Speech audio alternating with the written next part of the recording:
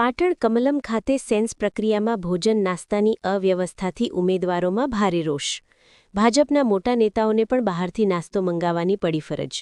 સ્થાનિક સ્વરાજ્યની ચૂંટણીઓને લઈને પાટણ સ્થિત ભાજપ કાર્યાલય કમલમ ખાતે 2 દિવસ સુધી ઉમેદવારોની સેન્સ લેવાની પ્રક્રિયા હાથ ધરવામાં આવી હતી.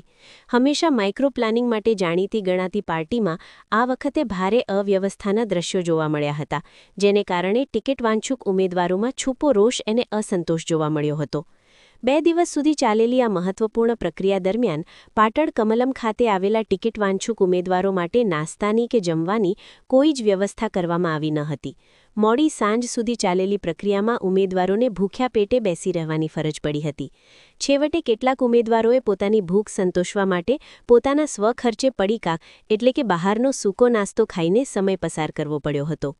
આશ્ચર્યની વાત તો એ છે કે સંધ્યા સમયે ભાજપના મોટા ગજાના નેતાઓને પણ આવી જ પરિસ્થિતિનો સામનો કરવો પડ્યો હતો અને તેમણે પણ પોતાના સ્વખર્ચે બહારથી નાસ્તો મંગાવવાની ફરજ પડી હતી. બીજી તરફ રાજકીય વર્તુળોમાં એવી પણ ચર્ચા સાંભળવા મળી હતી કે હારીજ જેવા નાના ગામમાં સેન્સ પ્રક્રિયા દરમિયાન ટિકિટ વાંછુકો માટે જલેબી, ગોટા અને ચા પાણીની અવિરત સેવાઓ જોવા મળી હતી, જ્યારે જિલ્લા મથક પાટણ ખાતે જ ભારે અવ્યવસ્થા સર્જાઈ હતી. આજરોજ યોજાયેલી પાટણ અને સિદ્ધપુર નગરપાલિકાના ટિકિટ વાંછુકોને મોડી સાંજ સુધી ભૂખ્યા પેટે બેસી રહેવું પડતા પક્ષની આ પ્રકારની કામગીરી સામે ભારે નારાજગી અને ગણગણાટ શરૂ